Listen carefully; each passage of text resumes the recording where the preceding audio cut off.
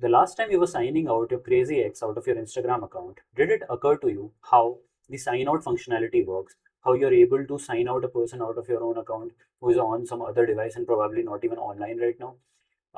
Have you ever wondered how sign out of all devices in Netflix work and how you're able to sign out your TV, your iPads all in just one go?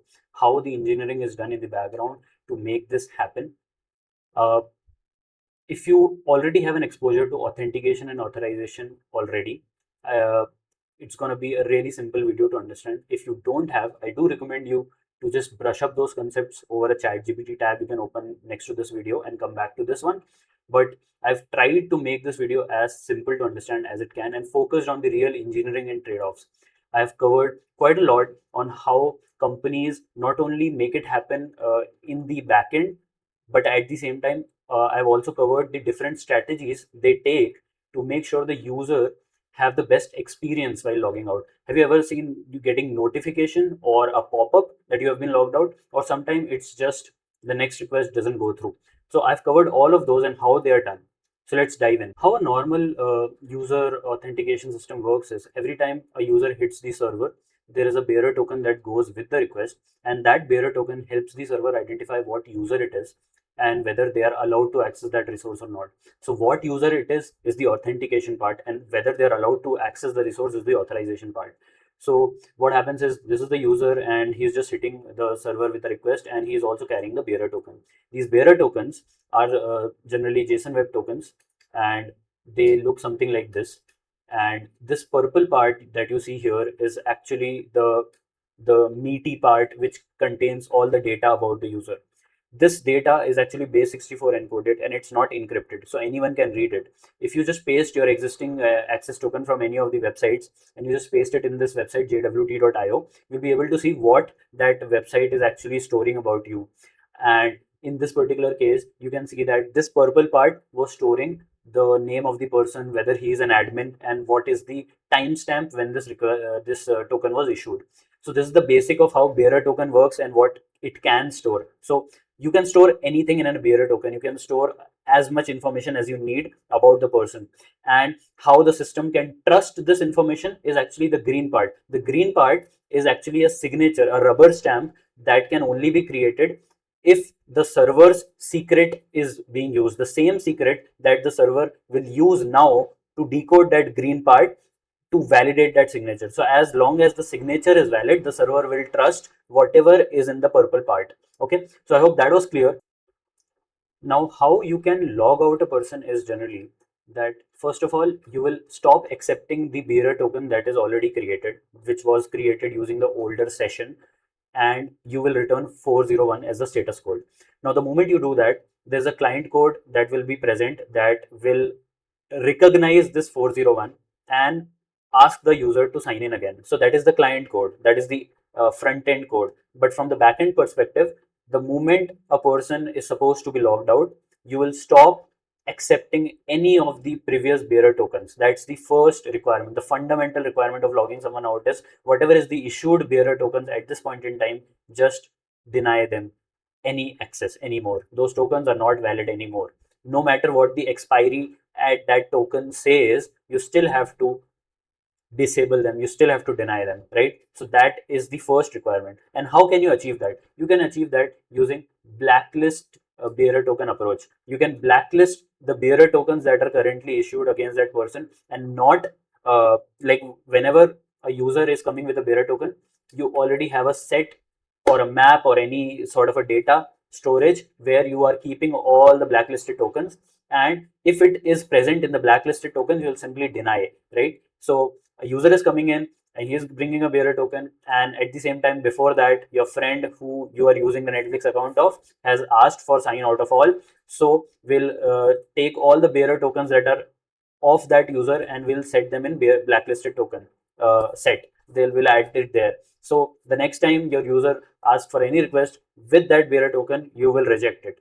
Now you can already imagine what the problem with this is. The problem is storage. The problem is overhead of keeping this set clean, and at the same time, bearer tokens are short lived. Bearer tokens are having a life of anywhere between 5 minutes to 1 hour. No systems in the current production age uses a bearer token that is more than 1 hour, right? Even 5 minutes is the standard.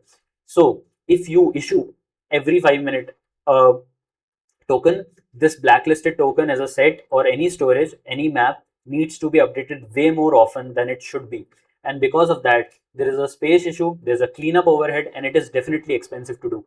So what's the solution? The standard solution right away is using a refresh token. Refresh tokens are anyways used in systems. How it works is anytime a user logs in, he is issued a refresh token and a bearer token. The bearer token is having 5 minute validity, whereas the refresh token is having 365 days validity, or you can put any other number of days that you want.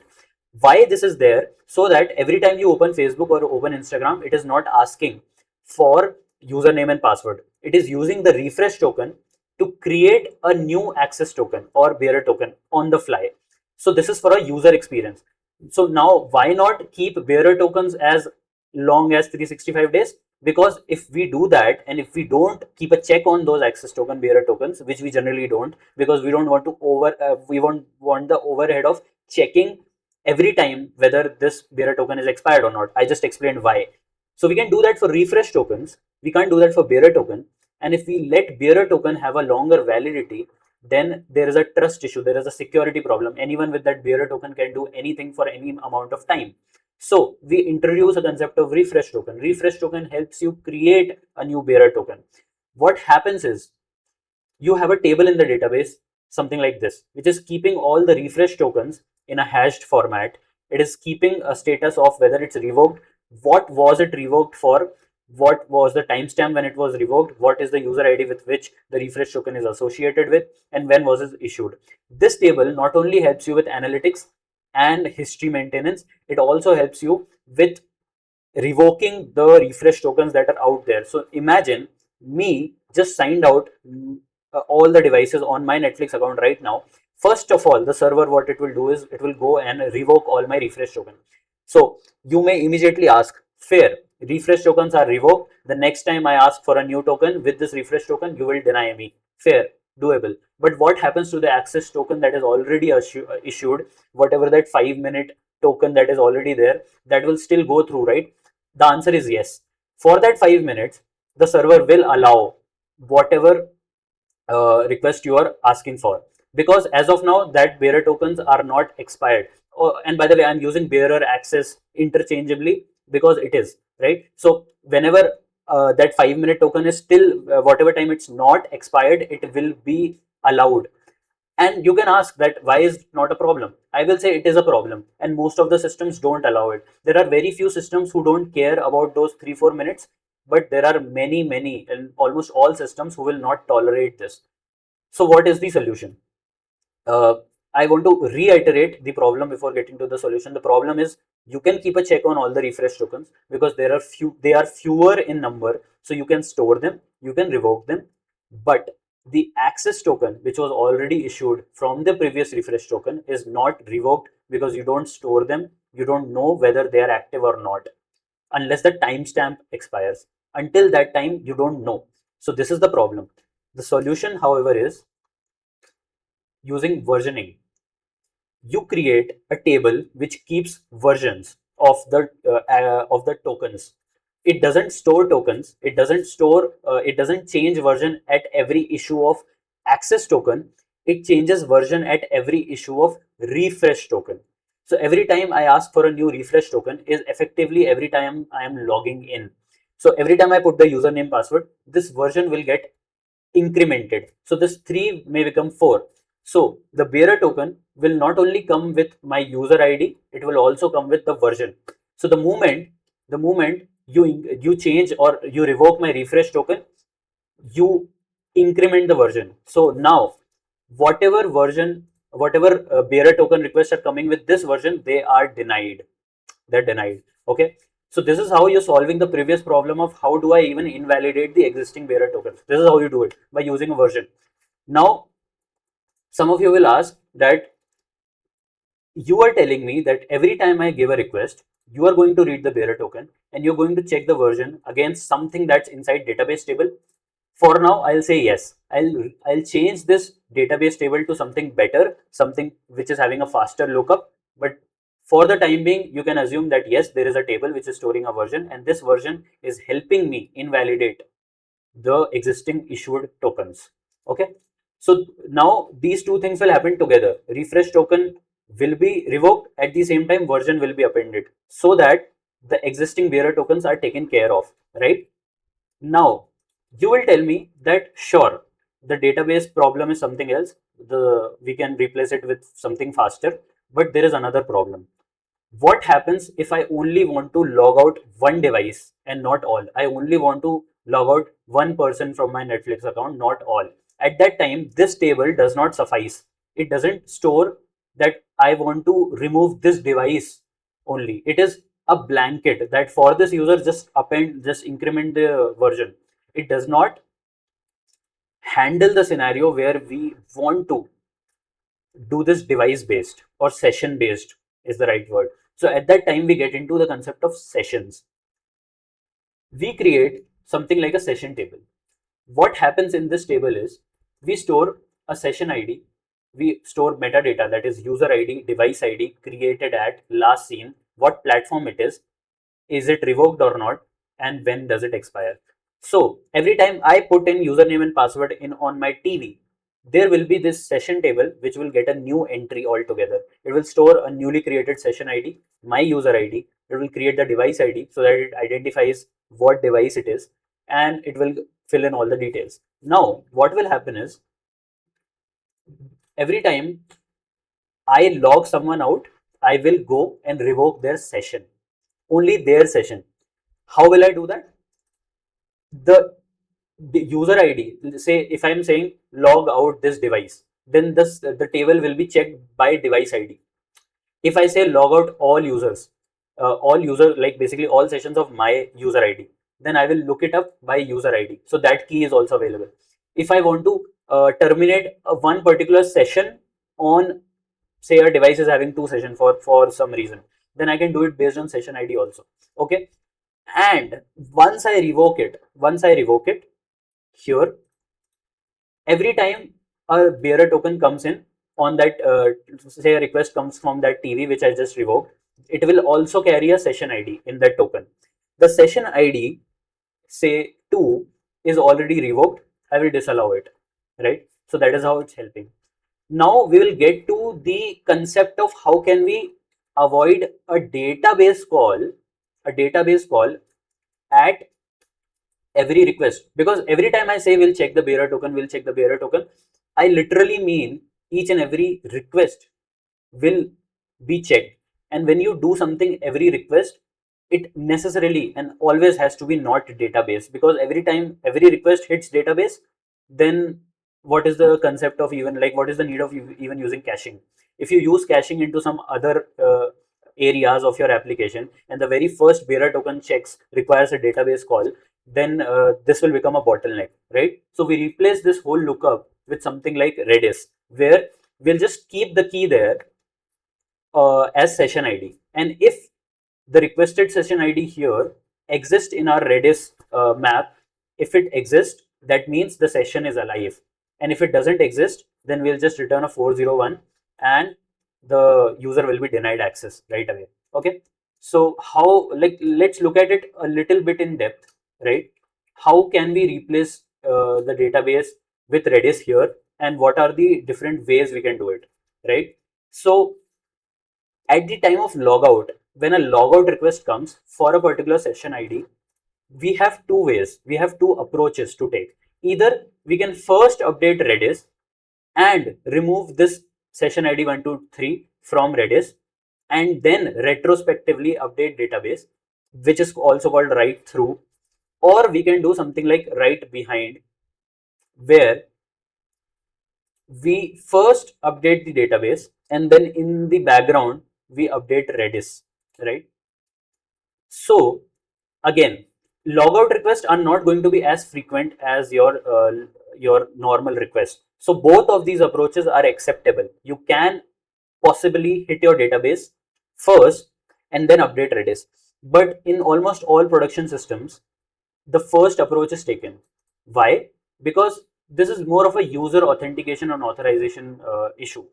People call them cross-cutting concerns, and they try to offload their database as much as they can from these things. And Redis serves as a very highly available resource that we can use for this purpose. Like Redis can easily be used and oftentimes more reliably than your database in this purpose, and for that reason it becomes the single source of truth in almost all modern production systems. I can cover the database versus Redis, when to use what at what order, in a more detailed fashion in another video, but as a thumb rule, you can always consider Redis to be used as a single source of truth in authentication, authorization, and all sorts of such cross-cutting concerns. Okay, so now this is about logout story. Now, what happens in the login side, or basically any request that comes in? At that time, if there is any request coming, almost 100% of the times you will hit Redis first to check. There's no point going to database. That is the exact reason Redis is introduced here. So this is a complete anti-pattern. You will never check database, you'll always check Redis. Okay, so just wanted to mention that. Now the last thing is, okay, you were able to sign out a person using session table, and you were able to invalidate the existing sessions, and you were able to deny the access tokens, but all of this was on a server level. What really happens in modern systems is plethora of options exist. A user may get a notification that you have been logged out.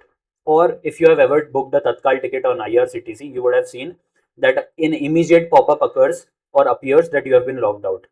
Or sometimes just the request doesn't work.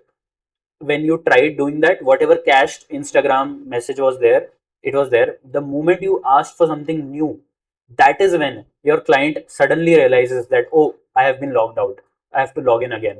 So all of these exist together in today's era, and it all depends on you how you want to have that user experience. So I've also talked about that. So let's go through the story. Okay, I am a person who just requested to log out all my devices, like my account from all the devices. And this is the device on which I requested. This is my phone from which I requested that. So for this device, it's sort of a client requested logout, right? One request that I hit to the server directly from the device asking for logout. This is called client requested logout. The other is when the server, so this device is not related to this device. It is logged in the same account, and it is connected to internet, and it is actively using the application, right? So this is having a connection with the system. So at that time, the server can possibly communicate to the device directly from their side using server sent events, SSE, right? So this is called server sent event based logout. The third is polling based logout. Polling based logout is where this application is using, like this device is using the application continuously, and it keeps checking that, am I allowed? Am I still logged in? Every 30 seconds, it will hit the server and get the validity of the bearer token.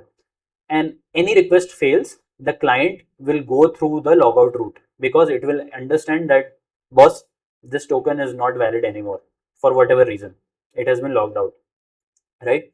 So this is polling based logout. So these two you can use interchangeably. The first approach, SSE, needs a specific long-lived HTTP connection to be present, while this one you can implement anytime, any day, but just the overhead is every 30 second or 1 minute, whatever the period is, you have to keep checking. That is the only overhead. Now, what if the device is completely offline? It's not completely offline, it's basically not using the application actively. So at that time, you can drop a notification using the notification chains that are there, like you through Android or Apple, you can send out a notification that you have been logged out. The client is not as of now using the application, nor it is sending any request, but we have let them know that the next time they open, their session will not be valid. We have made the information reach there. So this is one way you can let your clients know in a graceful manner that they have been logged out, even when they were not asking for that information. The next is when the device is completely offline, you can't send, say this is a TV, you can't send a notification, there is no way to communicate. So at that time, the user will, whenever they open the screen, whenever they open the application next time and they make a request, you will basically just invalidate that request and the user will be logged out. So this is the approach that can be taken. We'll see them in a little more depth here. So for a client requested logout, this is the device. I'm simply asking for logout. I get success for the logout, and immediately I go ahead and delete the cookies from the session storage. So done deal. But in case of a device that was actively using and didn't even ask for a logout, this is your friend watching your Netflix or using your Netflix account and watching something, and he didn't ask for anything, but the server had the capability to communicate to this device because he was actively using it. So there was a long-lived HTTP connection through which the server was able to communicate that, you know what, you have been logged out. Please delete your cookies, and you can't basically use those tokens anymore. You have to sign in again. So that can be done. The next is polling-based logout. Here, this device who was using the application, but we don't have any sort of a long-lived connection, or we are not using SSE. In this case, we can use something simpler.